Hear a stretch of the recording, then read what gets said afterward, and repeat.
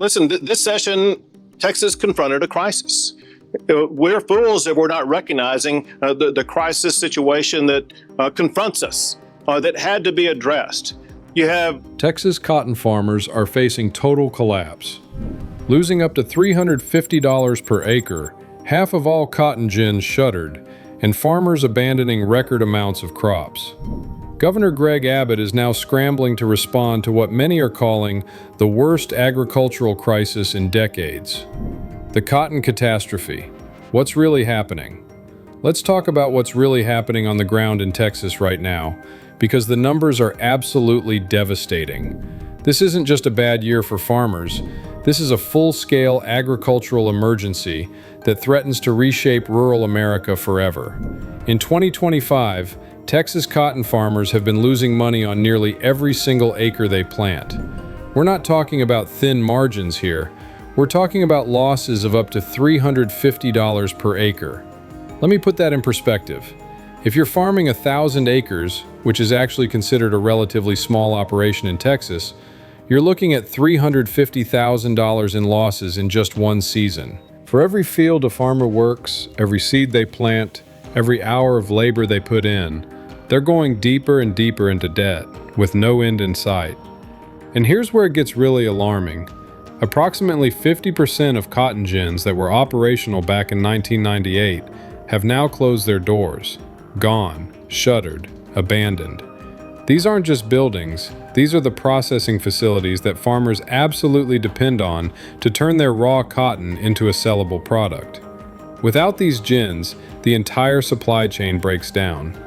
When gins close, farmers have to transport their crops much further, sometimes hundreds of miles, paying dramatically more for transportation while getting the same dismal prices for their cotton.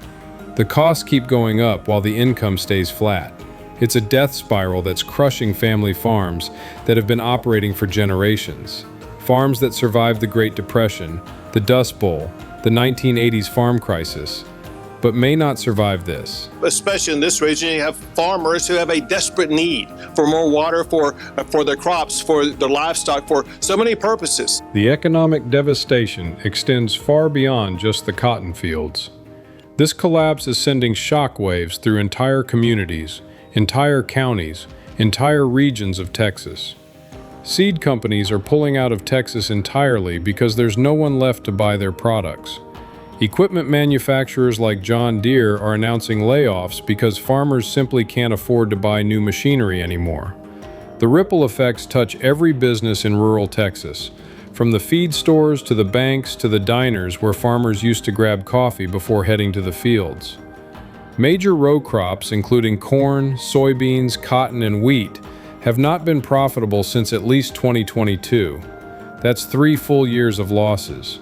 3 years of farmers watching their savings disappear, taking on more debt, refinancing their homes, selling off equipment, wondering if they'll be the generation that finally loses the family farm. 3 years of stress, anxiety, and sleepless nights. 2. We're selling our commodities at the same price that we were selling them for and that our grandparents were selling them for. Think about that for a moment. Let that really sink in. These farmers are selling their cotton, their corn, their soybeans at 1970s prices while paying 2025 costs for absolutely everything. The price of fuel has skyrocketed. Fertilizer costs have gone through the roof. Equipment repairs that used to cost hundreds now cost thousands. A new combine that cost $20,000 in the 1970s now costs over $1 million. But the price farmers get for their crops? Basically the same as 50 years ago. Input costs have increased by more than 30% in just the last 5 years due to inflation and rising interest rates. When farmers have to borrow money to plant their crops, and almost all of them do, those interest rates are eating them alive. Every percentage point increase in interest rates is another nail in the coffin for struggling farms. And let me tell you about the drought situation, because climate change is making everything exponentially worse. In 2023, Texas farmers abandoned a record 74% of planted cotton crops. That's nearly 6 million acres of cotton just left to wither and die in the fields because there wasn't enough water to save them. 6 million acres. That's an area larger than some entire states. Extreme heat, parched soil, depleting aquifers. It's an environmental catastrophe on top of an economic one. The Ogallala Aquifer, which farmers across the Texas Panhandle have depended on for generations, is running dry. Wells that used to pump thousands of gallons per minute are now down to a trickle. Farmers are watching their groundwater disappear in real time, and there's nothing they can do about it. So, if you think about that, what can you go buy today that costs the same as it did in the 70s? Nothing. Nothing. The crisis continued into 2025, with floods destroying over 10,000 acres of cotton in areas like Concho Valley and Runnels County. So you have drought in some areas, floods in others, and farmers getting hammered from every direction. It's not just the weather, it's the complete unpredictability of the weather. You can't plan for a drought and a flood at the same time, but that's exactly what Texas farmers are being forced to do. Ranchers aren't doing any better. Many have been forced to sell off their cattle herds or face bankruptcy because of water shortages and skyrocketing feed costs. When you can't grow hay because there's no water, and you can't afford to buy feed because the prices are too high, you have no choice but to sell your cattle. And when everyone is selling at the same time, the prices collapse. Ranchers who spent decades building their herds are watching them go to auction for pennies on the dollar. The morale in the farming industry, not just farmers, is the lowest I've ever seen it. Everybody's on edge. Vast tracts of land in far west Texas have been taken out of production entirely, leaving ranch homes vacant and communities hollowed out. Drive through parts of rural Texas today, and you'll see abandoned farmhouses, overgrown fields, equipment rusting in barns that nobody opens anymore. It looks like the aftermath of some disaster, because it is. Here's something that shows you just how deep this crisis goes. In the first 6 months of 2025, there were 57% more farm bankruptcies than the same period last year. That's not a trend, that's a collapse. That's the foundation of rural America crumbling beneath our feet. The ripple effects are already hitting consumers too. There are potential disruptions to everything from grain exports to tampons. Yes, tampons, which rely on cotton. When Texas agriculture collapses, the whole country feels it. Your grocery bills, your clothing costs, everything is connected to what happens in these fields. Mr. Speaker, I rise today to sound the alarm for our farmers in South Texas and America. And here's the thing that should really terrify everyone. Texas is not just any state when it comes to agriculture. It's the leading cotton producer in the entire United States, responsible for roughly half of all American cotton. What happens in Texas determines prices, supply chains, and food security for the whole nation. This isn't a regional problem, it's a national emergency. Rural Texas has seen population declines in 75 of 254 counties, driven by these agricultural challenges alongside climate change. It's an exodus. Families that have farmed the same land for 100 years, for 5 or 6 generations, are packing up and leaving because they simply cannot survive anymore. The towns that grew up around those farms, the schools, the churches, the main streets, they're dying too. The 1950s drought was the worst in Texas history, causing what would be $29.8 billion in losses in today's dollars. It shrank the number of farms from 345,000 to 247,000, and led to a 28% drop in rural population. Entire communities disappeared. What's happening now? Many experts believe it could be even worse, because this time, farmers don't just face drought. They face drought plus economic collapse, plus labor shortages, plus climate change, plus market disruptions all at once. So where is Governor Greg Abbott in all of this? That's the question on everyone's mind. And the answer is complicated. The governor's response and the labor crisis. Multiple reports and videos from December 2025 use dramatic language claiming Abbott has panicked, broken down, or lost it over the cotton crisis. These videos, often from channels focused on agricultural and economic commentary, have gone viral. Now, to be fair, there's no direct footage showing Abbott literally panicking or breaking down. But what we do know is that the crisis has prompted urgent state-level discussions on relief measures, property tax adjustments, and agricultural support that would have been unthinkable just a few years ago. Here's the irony that critics are quick to point out. In December 2025, Abbott approved bailouts and handouts for affected agricultural sectors, the exact kind of government intervention he has historically opposed. The governor who has railed against government spending, who has championed free market solutions, is now signing off on massive aid packages. It's the kind of reversal that shows just how desperate the situation has become. When even the politicians who oppose intervention are intervening, you know things are bad. But there's another crisis layered on top of the economic collapse that's making everything worse, and it's directly tied to policy decisions. Let's talk about what happened when farms started losing their workers. Since taking office, my administration has launched the most sweeping border and immigration crackdown in American history, and we quickly achieved the lowest numbers of illegal border crossers ever recorded. Multiple farms shut down overnight in 2025 after losing nearly 100% of their workforce. Think about that. One day you have employees showing up to milk the cows, harvest the crops, tend the livestock. The next day, nobody. The workers are gone, vanished overnight, and there's no one to replace them. Up to 70% of agricultural labor in Texas relies on undocumented workers. This isn't a secret. It's been the reality of American agriculture for decades. When immigration enforcement intensified, these workers vanished, and so did any hope of bringing in the harvest. The consequences were immediate and catastrophic. The result? Crops rotting in the fields, unharvested cotton, fruit falling from trees and decomposing on the ground, vegetables going to waste because there was no one to pick them, economic fallout spreading from El Paso to state officials' offices. Farmers are now warning that Texas is on the edge of a recession, and the labor crisis is a huge part of why. Built an economy that relies on people, but we have a public policy that demonizes them. And to my way of thinking, that just doesn't make any sense. A dairy farmer who has been involved in farming his entire life put it plainly.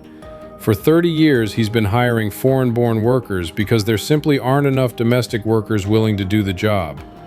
He's tried to hire Americans. He's advertised. He's offered competitive wages. But the reality is that most Americans don't want to work on farms, especially not for the wages that farms can afford to pay. The live animals on his farm need to be fed every single day. They need to be watered every single day.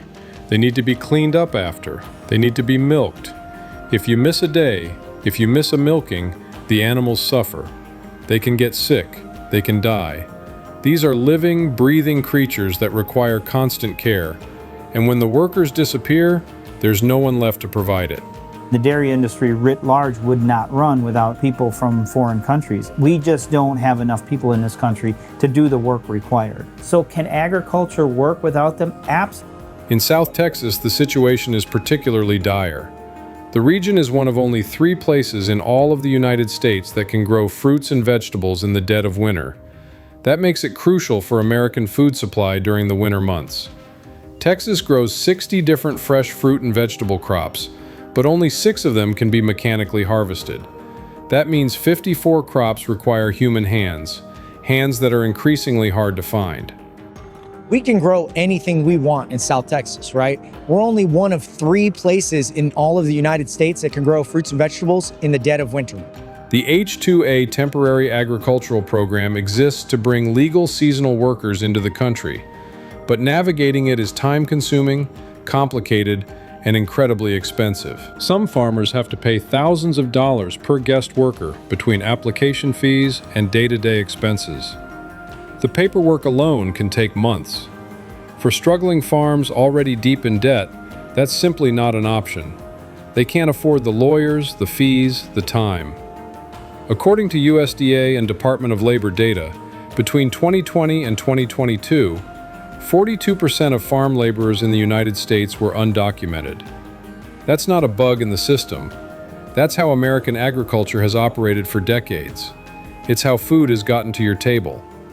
And now, removing those workers without any realistic plan to replace them is causing the entire system to collapse. And it gets worse. The water crisis is adding another layer of devastation.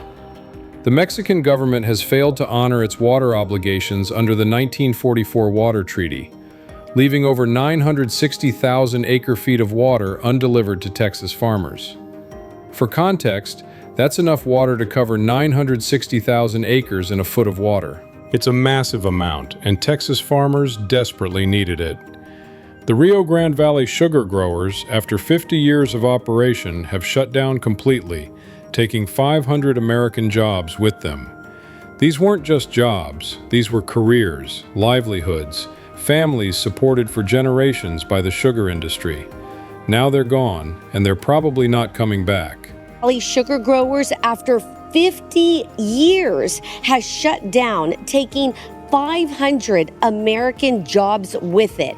Our citrus and our vegetable farmers have seen millions in losses, and row crop yields are down 40%. Row crop yields are down 40%. Citrus and vegetable farmers have seen millions in losses. Farms that survived everything else are finally being forced to close their doors. And without immediate action, more livelihoods will be destroyed. Food security is national security. That's not just a talking point, it's the fundamental reality of how nations survive. When American farmers can't farm, when American crops rot in the fields, when American processing facilities shut down, we become dependent on foreign nations to feed our own people. And that's exactly what's happening right now. For the first time in a generation, America has an agriculture trade deficit. We're now buying $45 billion more food than we export. The breadbasket of the world is now importing food to feed itself. We can no longer sustain ourselves.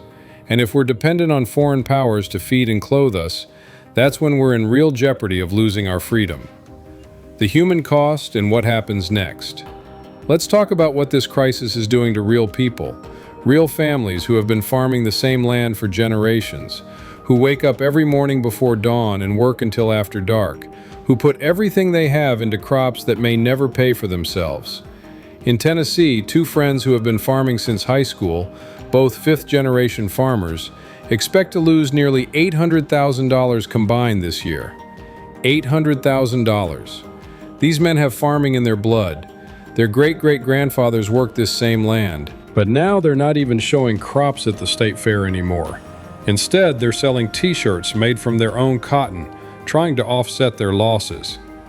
They sold about 250 shirts at $35 a piece. It was hardly enough to make a dent. You've said you have almost no equity left. It's getting down, it's getting low. Do you think you can make it another year? I don't know. No. These farmers have had to take on second and third jobs, driving trucks, repairing boats, just to keep their farms running. They work on their farms during the day, then go to their other jobs at night, then come back to the farm. They're exhausted, they're stressed, they're watching everything their families built slip away.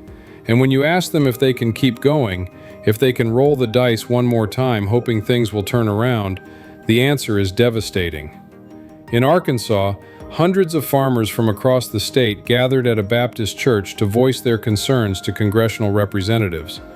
The line went out the door and around the building. Farmers who had never spoken publicly in their lives stood up to share their stories. The message was simple and urgent. They need help, and they need it now, before it's too late. One farmer who's been working the land for 39 years said he's never been as worried as he is now about whether his kids and grandkids will be able to continue the family legacy. This is a man who has weathered every storm, every drought, every market crash for 4 decades. He's seen bad years before. But he's never seen anything like this. All he wants is for someone to help them get their markets back, to be paid fairly for what they do. And that's just not happening. I farm 800 acres by myself. I can't afford any help. I farm with paid-for equipment. All my tractors are 50 years old, and I can't hardly make this deal work. How's the guys farming 5 and 10,000 with 20 hands and $1 million combines and $1 million drills going to make it work? This farmer in Arkansas farms 800 acres completely by himself because he can't afford any help. Not a single employee. 800 acres of crops, and one man to do all the work. All his tractors are 50 years old because he can't afford new equipment. He fixes them himself, keeps them running with duct tape and prayer. He can hardly make it work. And he asks the question that everyone is asking. How are the guys farming 5 or 10,000 acres with 20 employees and $1 million equipment going to make it work when he can barely survive on 800 acres with paid-off equipment? The tariffs, he says, are the ice cream on the cake of a perfect storm. U.S. soybeans leaving New Orleans without the tariff are actually cheaper than Brazilian soybeans at current market prices. American farmers should be winning. But when you add the tariff, suddenly Brazilian beans are cheaper. So China buys from Brazil instead of from American farmers. It's that simple and that devastating. American policy is literally making it more profitable for China to buy from our competitors. But here's the part of this story that doesn't get talked about nearly enough. The mental health crisis that's devastating farming communities. This is the silent epidemic that no one wants to discuss, but it's claiming lives every day. The suicide rate among agriculture workers is 3 times higher than the general working population, according to the CDC's most recent data. 3 times higher. Rural mental health groups are now seeing increased crisis calls to their hotlines, and farmers themselves say the stress is killing them, sometimes literally. The pressure of watching everything you've worked for slip away, of potentially being the one who loses what your grandparents built, is almost unbearable. What do you think about when you go to bed at night? What's going to be left in a year, 2 years? Am I the one that broke what started in the late 1800s? This farmer talked about what keeps him up at night. Nearly all U.S. farms are family-owned, and farmers told reporters that one of the greatest pressures they face is maintaining that legacy. Being the generation that loses the family farm is a burden almost too heavy to carry. In one Missouri county, they were losing a farmer to suicide every 3 months. One life every 90 days. A nonprofit called Shelby County Cares was founded specifically to address the crisis, connecting farmers with therapists either in person or remotely. The best way to get farmers to talk, they learned, is through their wives and their stomachs. Regular gatherings where farm families can share meals and share their struggles. So what happens next? What can be done? The federal government has announced a $12 billion aid package called the Farmer Bridge Assistance Program, providing one-time per-acre payments to offset 2025 losses. Texas is expected to receive over $1 billion, the highest of any state. Cotton farmers will receive $117.35 per acre. Payments are expected to begin by February 2026. But farmers say bailouts are just band-aids when they need stitches. What they really want is open markets, fair prices, and the ability to sell their products for what they're worth. They don't want government checks. They want to earn a living from their work like their parents and grandparents did. The Texas cotton crisis is not just a Texas problem. It's an American problem. It's about whether we can feed ourselves as a nation. It's about whether family farms will survive or whether corporations will swallow up every acre. It's about whether rural communities will exist for the next generation or whether they'll become ghost towns. What are your thoughts on recent crisis in Texas? Share in the comments below.